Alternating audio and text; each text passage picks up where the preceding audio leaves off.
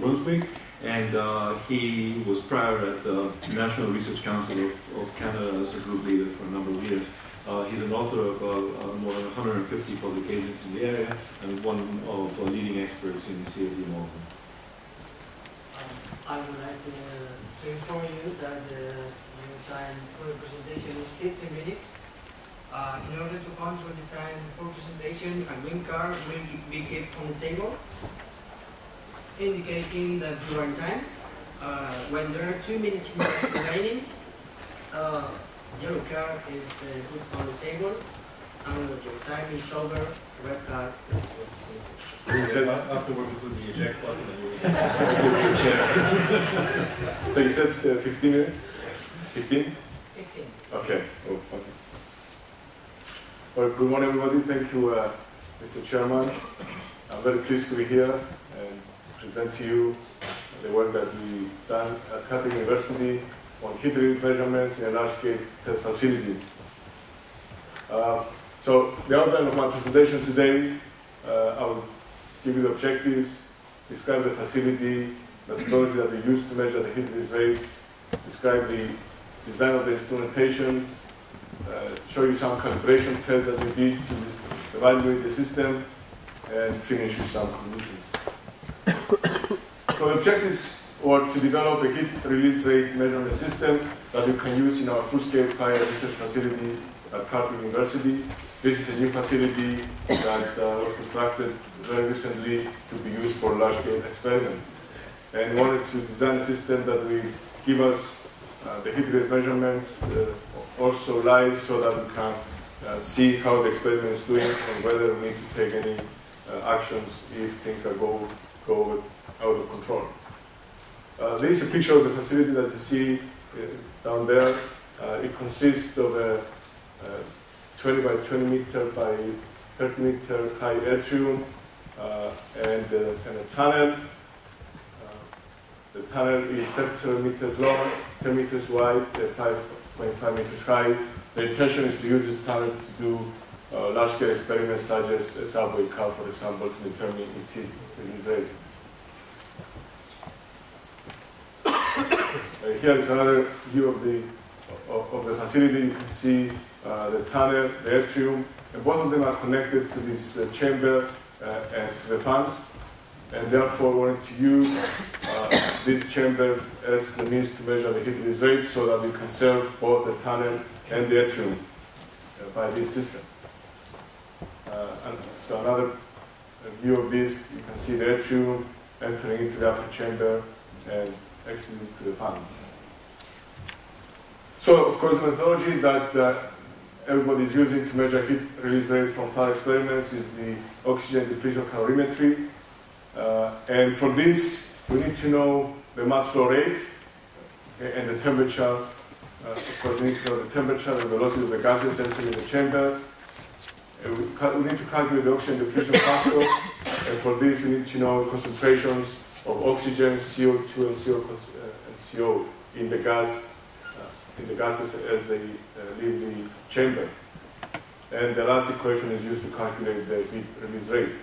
So these measurements, temperature, velocity, oxygen, CO2, and CO need to be measured very accurately in order to get accurate measurement for the heat release rate. So of course the task was to determine the best location to take these measurements so that we can serve both the tunnel and the atrium. And we need to develop a program. We use LabVIEW that will receive all the data and do the calculations. And of course, once the system was designed and implemented, we needed to calibrate using, we used propane and heptane fire experiments for the calibration tests. As I said, we needed to consider both the atrium and the tunnel. And that's a case where the use of CFD modeling was very, very important and very useful for us, because before we did anything, we did a lot of CFD calculations to see what type of profiles we have at the locations where we consider for installing the measurement system.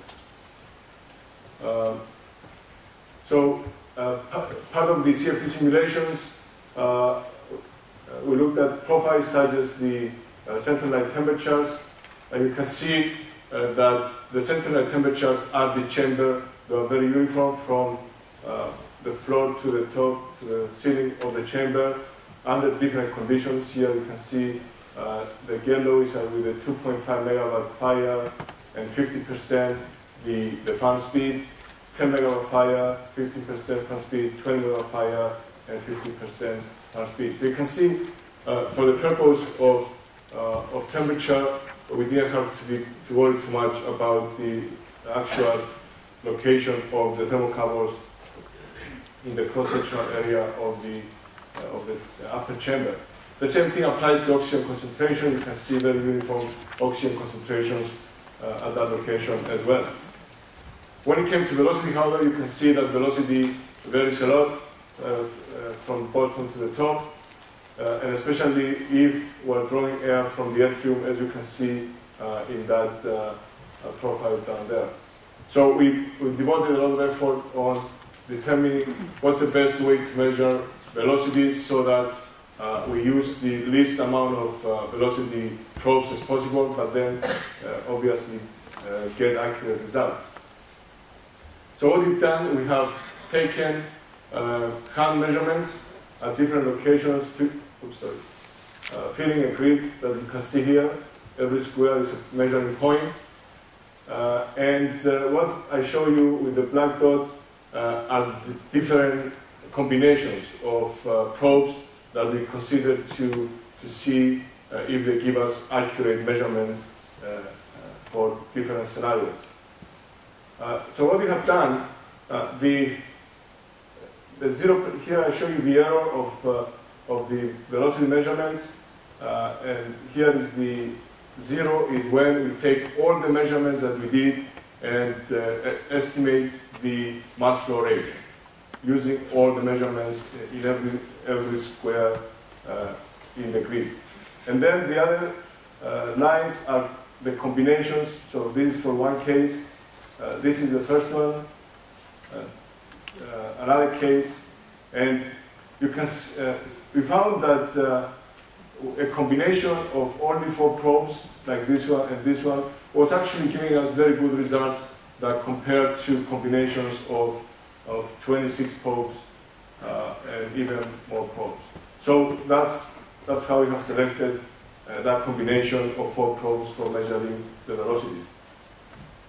So at the end, at the instrumentation section, we have ended up with the 4 velocity probes, thermocouples to measure the temperature, and we're also drawing, we're sampling gas from using this grid and taking it to the instruments to measure oxygen, CO, and CO2. And here is a photograph of the instrumentation section. And this slide shows you the system, the complete system. So the measurement data coming to the gas sampling. So we take measurements for gas sampling, temperature, the other analyzers, velocity measurements. They go into the data acquisition system, and then we also into the system we get the data from. If we're using a propane, we get the propane flow, so that you can calculate the actual heat release rate based on the flow of propane, and then at the end we get a display of the real-time heat release rate